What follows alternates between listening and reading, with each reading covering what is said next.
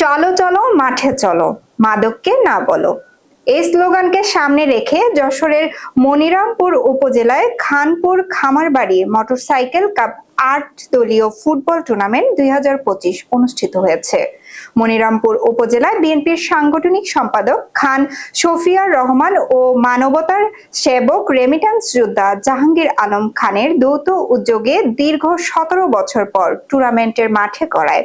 উদ্বোধনী অনুষ্ঠানে প্রধান অতিথি হিসেবে উপস্থিত ছিলেন মনিরামপুর উপজেলার বিএনপির সভাপতি অ্যাডভোকেট শহীদ ইকবাল, সাধারণ সম্পাদক জনাব আসাদুজ্জামান মিন্টু, যশোর জেলা বিএনপির সাবেক সহসভাপতি আলহাজ মোহাম্মদ মুসা, পৌর বিএনপি সভাপতি খায়রুল ইসলাম, সাধারণ সম্পাদক আব্দুল হাই, সহসভাপতি বাবু সন্তোষর, আশরাফুল জামান টুটুল সহ খানপুকুর ইউনিয়ন বিএনপির ছাত্রদল, যুবদল সহ অন্যান্য নেতৃবৃন্দ।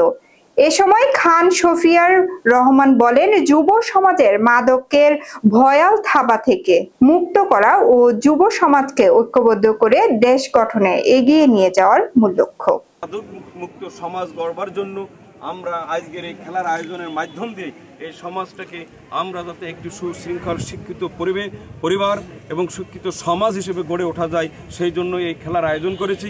এই খেলার আয়োজনে আজকে আমি মনে করি শতকরা ৯৫% এই অঞ্চলের মানুষ সমর্থন করেছে এবং প্রতিটা খেলায় এই শহর থেকে, এই থানা থেকে এবং আশপাশ থেকে লোকজন যে পরিমাণে উপচে পড়ে ভিড় এবং তাদের আশার সঞ্চয় হয়েছে, তাতে মনে হচ্ছে যে আসলে আমরা আজকে যে কাজটি করছি, আমরা আজকে এই গণতান্ত্রিক অধিকার ফিরিয়ে নিয়ে এসে সমাজ ব্যবস্থাকে সুন্দর সুশৃঙ্খল একটি সমাজ, মাদক মুক্ত একটি সমাজ গড়বার জন্য, যে পরিবেশ গড়বার জন্য আমরা যে এগিয়ে এসেছি, সেটার আমরা আশা সঞ্চয় যে আসলে সকলের এই উপস্থিতি আমাদেরকে সেটা প্রমাণ করে।